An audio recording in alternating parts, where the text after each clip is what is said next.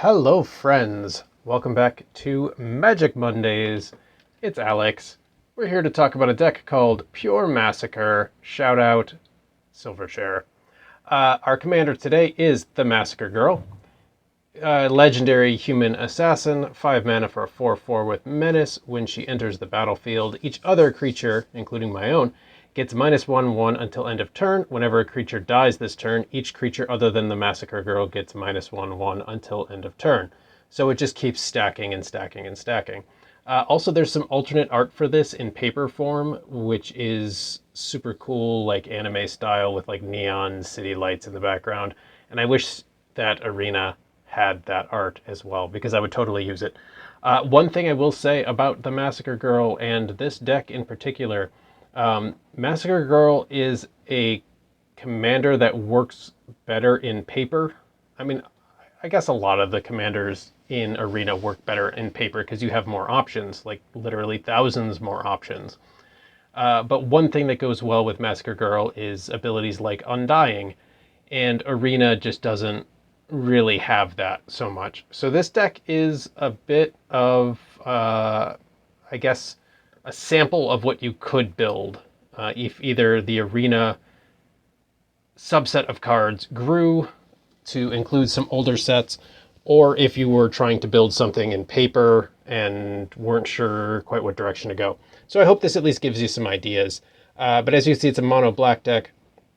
Average mana cost is 2.8, only 14 creatures, and that's where I was kind of getting at. Like, I wish that I had more creatures in here that made sense, but if I were going to tinker with this deck for weeks and weeks and weeks, I'd probably try to bump this up to at least 20 creatures and bring out some of the other stuff, but for now, it's only 14 creatures. We'll do some games and see how it goes.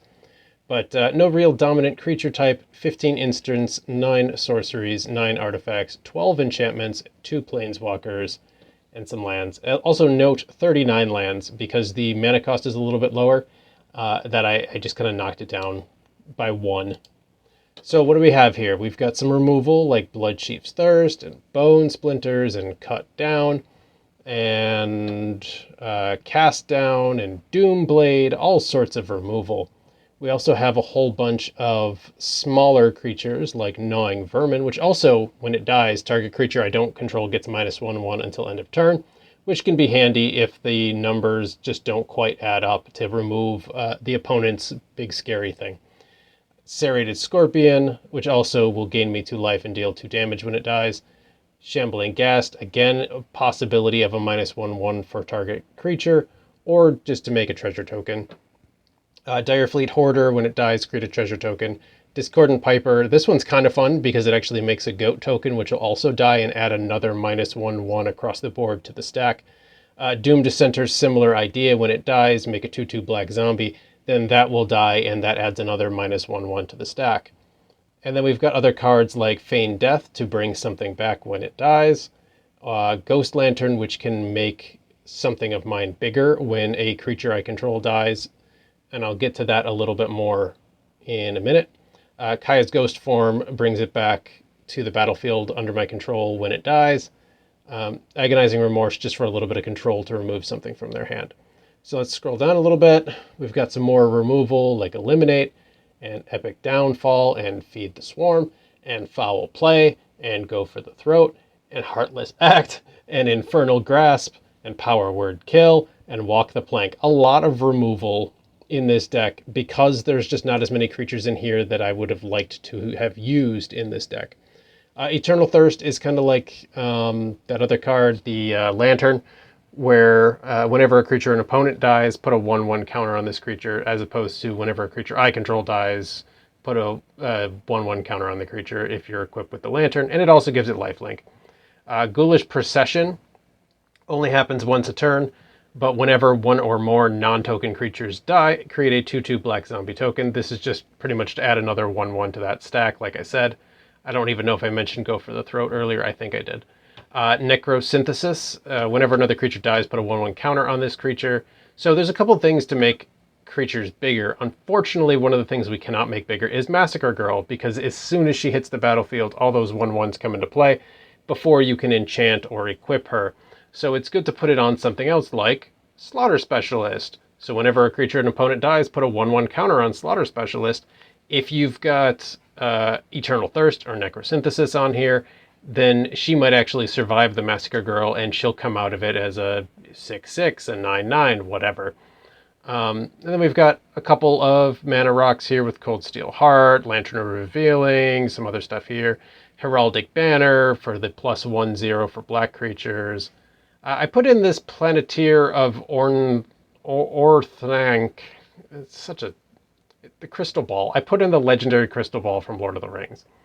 And this is just to do some direct damage if the opponent chooses to have me mill cards, or to at least scry 2 and then draw a card.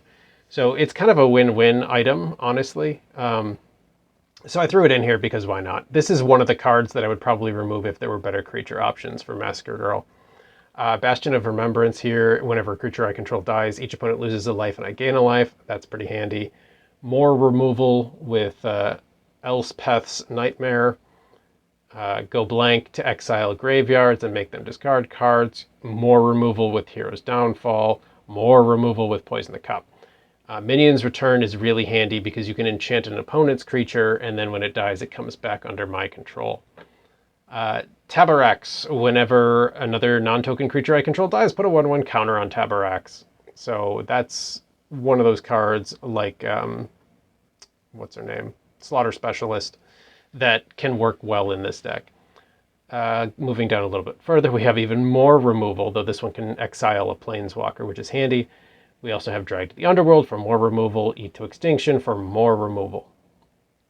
And Vraska's Contempt for more removal, and that might be it. So let's focus on the stuff that's not removal at this point, which is going to be this creature here. Whenever another creature I control dies, put a 1/1 counter on it. Similar to the Slaughter Specialist, could potentially survive Massacre Girl hitting the field.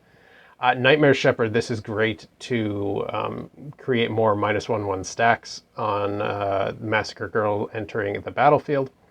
Pitiless Plunderer to create a bunch of treasure tokens as stuff I control dies.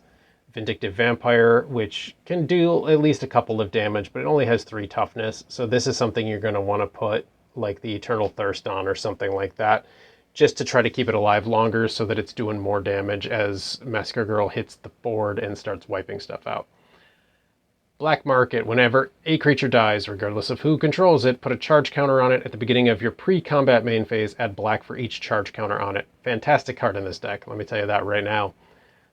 Similarly, Lolth, the Spider Queen. She can make black spider tokens, but whenever a creature I control dies, put loyalty counters on her. So this is really nice to keep bringing out those spider tokens. Ideally, you get to that ultimate, but whatever. It's a nice token generator and a little bit of draw power as well. Open the Graves, again adding stuff to the -1/1 stack. Whenever a non-token creature you control dies, create a 2/2 black zombie token. Revel in Riches, a win condition. Go figure. Whenever a creature an opponent dies, create a treasure token. At the beginning of your upkeep, if you control 10 or more treasures, you win the game. So I've got a couple of things that make treasure tokens, like I pointed out, Pitiless Plunderer earlier. I'm blanking on the name, the whatever guy. Shambling Ghast can make a treasure token.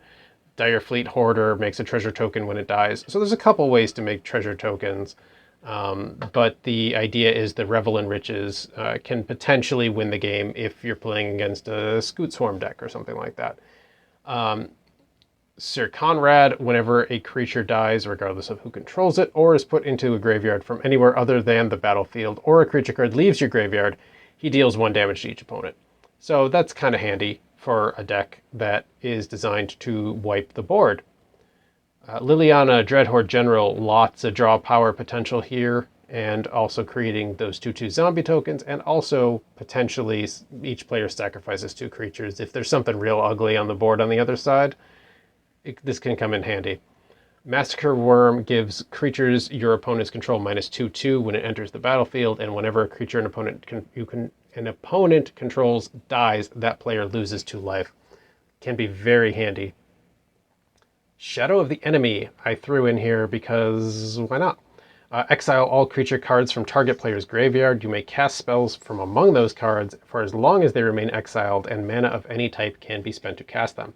So I could potentially do this to my own graveyard as well. If I've played 8 or 10 creatures and I'm running low on creatures in the deck, I can exile my own and recast them. But it's really probably better to use it on the opponent because it does exile all of their creatures, and then I get to cast their own stuff against them. And finally, the Meat Hook Massacre to basically add an enchantment version of Massacre Girl, but also with the potential of whenever a creature I control dies, each opponent loses a life. And we just got some lands here, 35 Swamps, Phyrexian Tower, which can be handy for that double black for sacrificing a creature, which can also be a token. Gate of the Black Dragon, just to seek a non-land card, why not? Castle Locthwain, because it's super powerful. And Cabal Stronghold, similarly, because it's super powerful. So that's the deck. As always, please be kind to yourselves and each other. We're going to get to some games. I hope you enjoy Pure Massacre with the Massacre Girl. Thanks for watching.